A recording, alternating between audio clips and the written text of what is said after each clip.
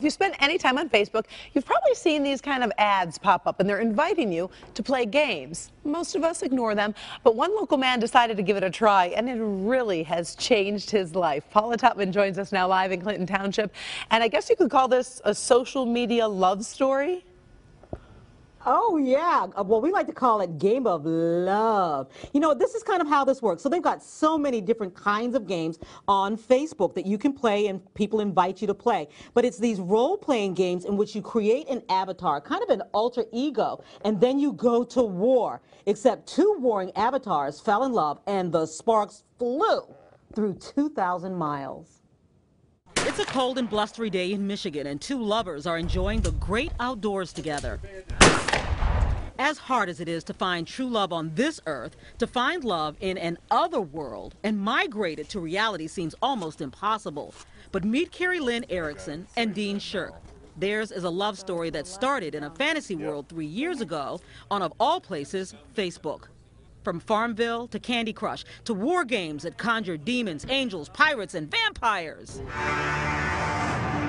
As many as 375 million people per month. Carrie Lynn was one of those people tucked away in Boise, Idaho, recovering from surgery. And I just had found out what Facebook was. At the same time, 2,000 miles, 30 hours, and 2 time zones away in Waterford, Michigan, Dean was playing the same game.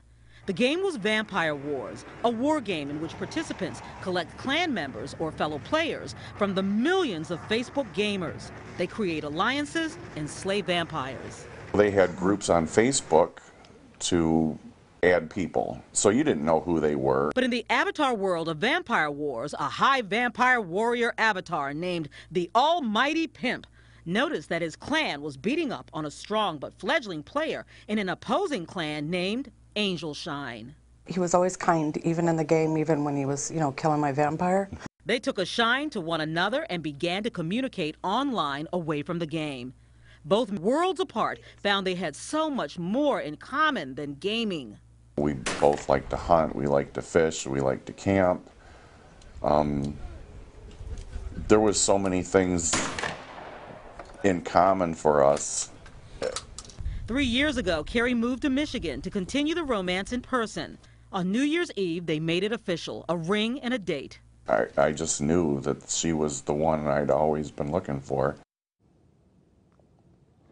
Oh my God, I'm not sure if it gets any sweeter than that. And like I said, people get invited to these games, Karen, all the time. Here's the thing, they do want to caution you because you really do have to be very, very careful about the people you communicate with because people do hide behind those avatars and it may not be the actual person. They checked each other out thoroughly, Googled the heck out of one another, finally met in Ohio and then moved to Michigan. Wow, to live happily ever after in real life.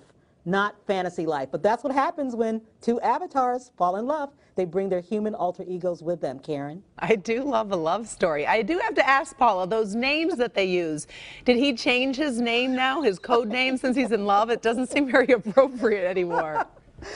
That's so funny. When he told me the name, I said, okay, really? And you were interested in him? But really great guy. And you know what? Dean is Dean and Carrie Lynn is Carrie Lynn. They're really a great couple. Very sweet. All right. Well, hopefully they'll live happily ever after. We appreciate it. Thank you, Paula.